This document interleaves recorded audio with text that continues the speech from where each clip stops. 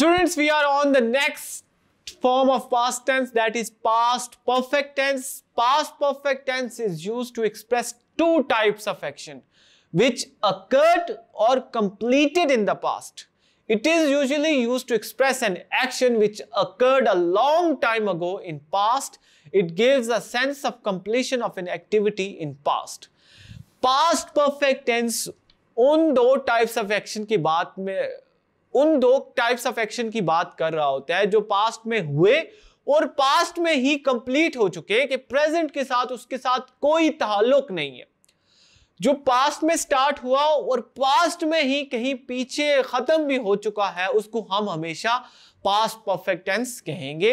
ये हमेशा ऐसे एक्शन के बारे में बात करता है जो पास्ट में कहीं बहुत पहले हुआ और बहुत ही पहले खत्म हो चुका है। For example, she had sent me her picture in an year ago. इस सेंटेंस में वो मुझे अपनी बहुत पहले, ये पास्ट 1 साल पहले ये एक्शन हुआ और वहीं पे ये कंप्लीट हो चुका है, इसका प्रेजेंट के साथ कोई ताल्लुक नहीं है। उर्दू में अगर इसके सिंबल्स की बात की जाए तो हमें उर्दू में इसकी पहचान कुछ यूं मिलती है कि इस फिक्रे के आखिर में जब चुका था, चुके थे, चुका था, ये वगैरह आता है तो हम उसको पास्ट परफेक्ट टेंस कहते हैं। स्ट्रक्चर की बात की जाए तो पास्ट पार्टिसिपल यानी third form of the verb use की जाती है, जैसे कि written, gone, etcetera. Helping verb past perfect का सिर्फ एक ही हेल्पिंग वर्ब होता है स्टूडेंट, दैट इज हैड। वो सिंगुलर सब्जेक्ट के साथ भी हैड होता है और प्लूरल सब्जेक्ट के साथ भी हमेशा हैड ही आएगा। पॉजिटिव सेंटेंस के स्ट्रक्चर्स की बात करें तो subject plus had plus third form of the verb plus object. इस स्ट्रक्चर को फॉलो करते हुए चलिए कुछ एग्जांपल्स देखते हैं। I had lost my camera, she had cooked some food, they had bought a new car, he had lent me his book. ये सारे सेंटेंस हमारे स्ट्रक्चर को फॉलो करके पॉजिटिव सेंटेंसेस बनाते हैं पास्ट परफेक्ट के।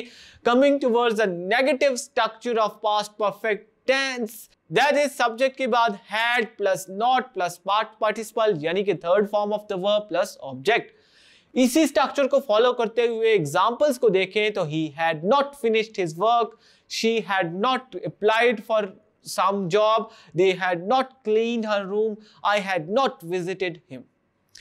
Now coming towards the interrogative sentences, interrogative में auxiliary verb जो है वो हमारे पास स्टार्ट में आ जाएगा।